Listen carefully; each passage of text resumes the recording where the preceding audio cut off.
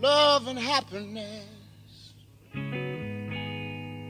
Yeah, something that can make you do wrong, make you do right. Yeah, love.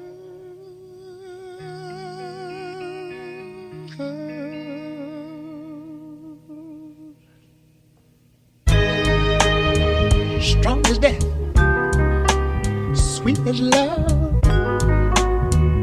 with the grace of a dove. Let me. The scene was set at the local supermarket where Scooter the loser started working 2 weeks ago for a cougar target. But the cashier's rejection and his ejection from his profession made his heart harden like an erection.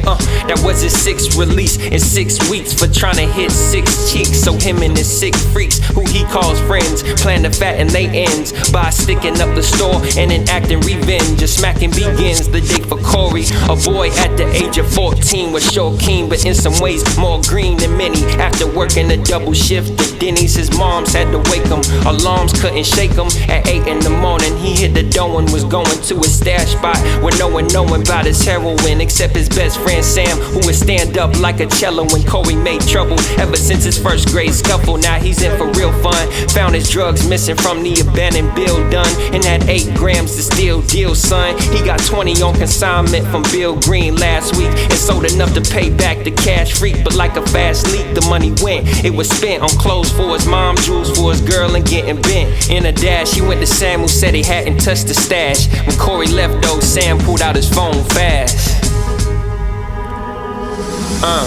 It's like a movie, y'all. Later, Corey's mind was trying to get a grasp. He then began to spaz cause the sunlight had passed. School had let out and he couldn't find his girl Serena. Mr. Green called out of the blue with a demeanor that was threatening, and in the background was her voice.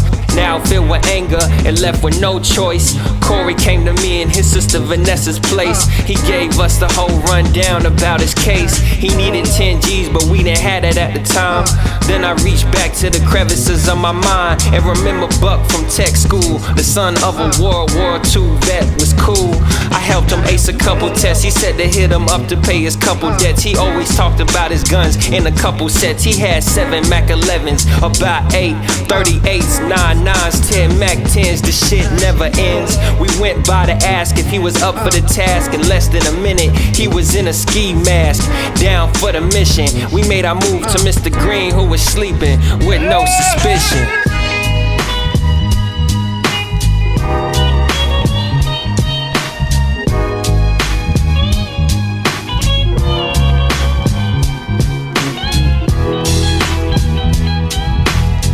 The Tarantino of this rap thing. Yo, let's run it. Let's run it, son.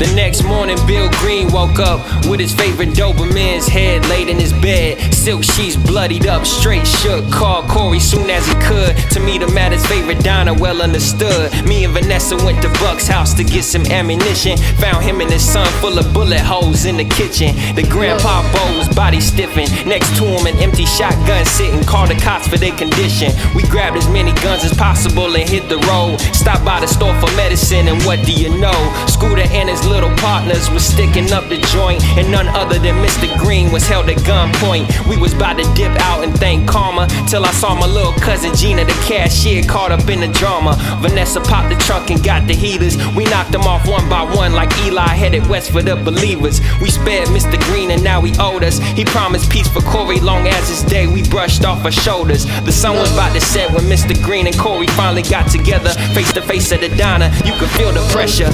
Corey's palms sweating, he was real stressful. Mr. Green was chillin', ordered an all-star special. He said, you know, this street life ain't for everybody. Gotta keep your word and balls, can't break up for nobody. If you slip up, your loved ones could pay for your sins. I don't ever wanna see you in this biz again. As he spoke, he emptied out the sugar jar, then walked outside to get his share from the dealer on his block.